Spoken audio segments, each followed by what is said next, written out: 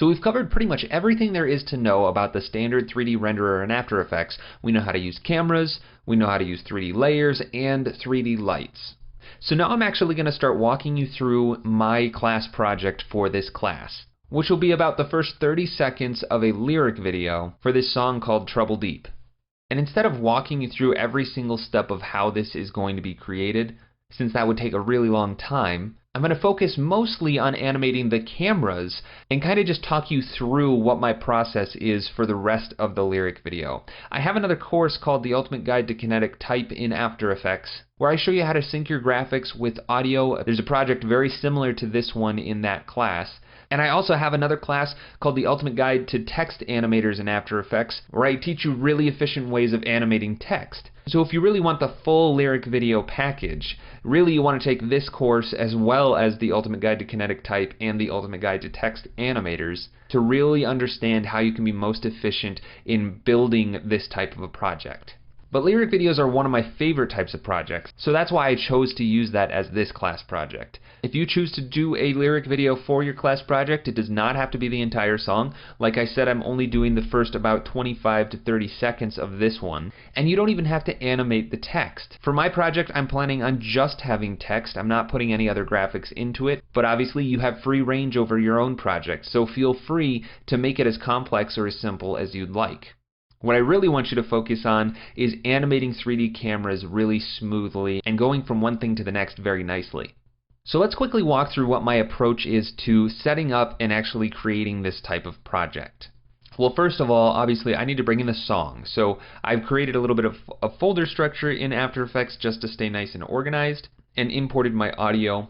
I made a new composition and I made sure to set it up to the specifications that I wanted it to be. So 1920 by 1080, that's a full HD frame. I chose to go with 30 frames per second for this comp, and I made the duration the same as the song. From there, I just brought my song into my comp and I started blocking out the text. That's kind of what I'm calling this comp. This part of the process is blocking. So what I mean by blocking is literally just putting out text layers with the lines that are going to be on each section of the song. So at this stage, I'm just listening to the music and kind of deciding how much text is going to be on screen at any given time. And if I play this back, we can hear the music along with it. You can call me stupid.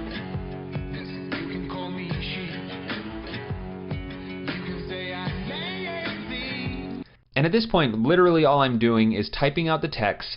It's nice and centered in the comp. I'm not worried about design. I'm not even really worried about the fonts at this point. I'm just timing out these blocks of text to where they're saying in the song. So I'm just cutting from one to the next. Again, this is just the amount of text that I think will be on screen at a time. So as I go into animate, this will animate on before the camera moves on to the next line, and then that will animate on, and so on until the very end. That's my first step. And I usually do duplicate my comps before I start in the next step, just so I kind of have this paper trail going back in time and seeing what my process is, and that way I can easily get back to something else that I change further along the way. So after this stage, after I've pretty much blocked out the entire song with all of the lyrics, I'll go to the next step, which is the typography and animation. And the animation is just in regards to the actual text. And in this comp, I'm actually laying out a little bit more of composition. I'm choosing the actual fonts. And for this particular lyric video, and a lot of lyric videos that I do, I try to lay out and design my text in a pleasing way, phrase by phrase. So in this comp, we have everything blocked out to the timing. And in this comp, I'm taking that timing one step further, and I'm actually animating the words on when they're sung in the song, and I'm laying them out the way that I want them to appear. I brought out some guides to have a rule of thirds, which is just a design composition tool that's just a basic fundamental principle in design to help you line things up in an area of interest in the frame. These points where the thirds cross is a generally pleasing place to have elements for your eye to look at in a design.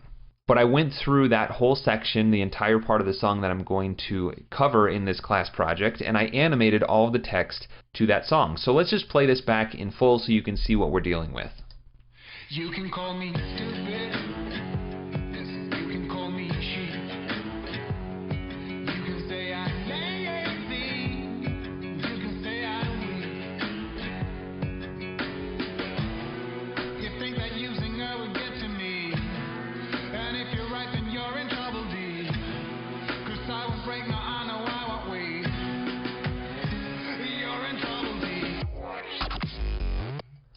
Okay, so again, I just want to point out that I'm not thinking at all about the camera moves at this point. Nothing is in 3D, but there was this little point right here that was a little weird. It was different than the rest of it, and that's just because I was kind of thinking of different ways of animating my type. So at this point, I was thinking that the text could fly from behind the camera into place. So it looks a little weird currently because I don't have a 3D camera and I don't know how far that needs to animate.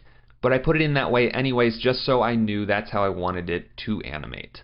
Otherwise, all of this is just timing for the words to sync up to the lyrics and having them nice and designed and set up in the frame the way that I wanted them to look.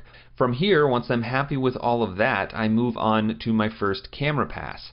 And in this comp you can see that I have 2 camera views because that made moving from one phrase to the next a lot easier. But let's take a look at this as a whole and just see what this step took me to. You can call me stupid. Yes, you can call me cheap. You can say I'm lazy. You can say I'm weak. Okay, so I'm just going to stop it right there because obviously these camera moves are not very smooth. None of this animation is looking good. There are some times where text just disappears, like right there. And the reason for that is because in this point, I'm not trying to animate the cameras that nicely. I'm just trying to get a sense of space and figure out which direction the camera is going to move from phrase to phrase. This is completely up to you, and you can be as creative with this as you want to be. And that's part of why I like lyric videos. You get to have a lot of creative freedom in figuring out how your camera is going to move, how playful you want your text to be. But this is the point of the process where I'm just choosing where I want the camera to move from one place to the next. So for this first move, I'm just moving from left to right. And you'll notice that I'm thinking through having the camera moving constantly. On each one of these, the camera is slowly pushing in on the phrase before moving to the next phrase. So the progression on this pass is move in, push to the right, move in, push down, move in, push to the left. And I just made decisions trying to change it up as much as possible. Sometimes I would throw in some rotation, like right here, but I just kept playing around with this until I was happy with the way that it was looking. Now in just a little bit I'm going to show you how I would take this comp right here and add in this first camera pass. But before I do that, let's just walk through the rest of the process. Next I have a second camera pass, and this pass's purpose is to have the camera movement much smoother and looking a lot better. So let's play this back a little bit and see how it looks different. You can call me stupid. Yes, you can call me cheap. You can see that all of the movements are very smooth now. Transitions from one phrase to the next ease in and out without any kind of hiccups or jump cuts. You think that using her would get to me. And if you're right. This is the comp that I do all of that polishing in, but you'll notice the text is still white, there is no background. All I'm concerned with at this point is having the text synced up to the lyrics, having them laid out nicely and blocked out in every single one of these phrases, and then having that camera movement go from one phrase to the next nice and smoothly and consistently throughout the entire thing. After I'm happy with that second camera pass, I move on to what I'm calling the animated comp, but I guess a better term for this would probably just be a final comp, so I'm just going to call this, instead of animated, we'll call it final. And this is where I add all of the graphic styling, any effects, any background elements, anything that's not the lyrics and the camera movements that needs to be in this finished project happen in this comp. So you can see that I chose some colors. I gave this a background, I changed the colors of the text, I added in some grain and these specks that kind of float in space, and it gives the entire environment a little bit more atmosphere. I added some effects like this vignette. I have a little bit of stylization on the actual text overall. If I turn this off and back on, you can see that's adding a Gaussian blur and an unsharp mask, which is a technique for just making things look a little bit less perfect. I've got this noise that's just adding an overall grain effect to everything. I've got this layer called clouds, which if I open it up, press E to bring up the effects, you'll see that there's a turbulent noise on this layer and it's set to multiply. If I open up the opacity, it's set to 6%. What this effect really is, if I solo it out, is just a turbulent noise that's going crazy. I added this just to have some texture over the entire comp, but because it was 6% transparency and it's set to multiply, we hardly see it. So with this all put together, here's what the final render looks like.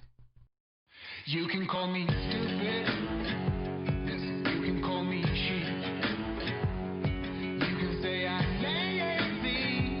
You can say I'm weak. You think that using her would get to me. And if you're right, then you're in trouble, D. 'Cause I won't break, no, I know I won't wait. You're in trouble, D.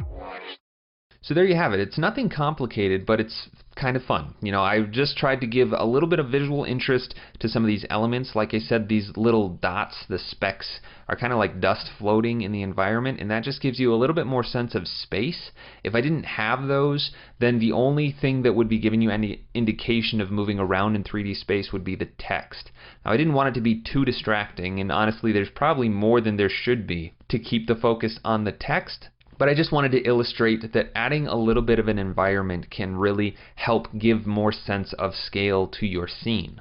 And in a lyric video, that can be pretty complicated because you want to keep the focus on the text, and it's also going to be a long animation. So even if you wanted to put a bunch of other elements into it, it's going to take you obviously a lot of time to build assets for the entire song. Whereas just making a cloud of particles like this is something that you can just stick in your scene and will be throughout the entire video. And you notice that there was that little bit of flickering around the edges. That was that clouds layer that I used with the turbulent noise set to multiply, just to give it a little bit of a flickery, kind of like an old film kind of a vibe. I wasn't really trying to make an old film look, but the music is kind of southern, kind of twangy, bluesy. So I just thought that, you know, hinting at something that was kind of more like a western, even with the colors, kind of fit the song a little bit better. And that's really what your goal should be when you're working with a piece of music, is putting graphics that match whatever the song's vibe is. So that's my process of handling this type of project. Starting with the blocking, moving into the typography and animation, doing a camera pass to figure out where in 3D space each one of these phrases will be, then smoothing out all of that camera animation, making all of the movement look nice and clean, and then finally adding all of the effects and all of the colors, finishing off the entire look of the animation, and we're done.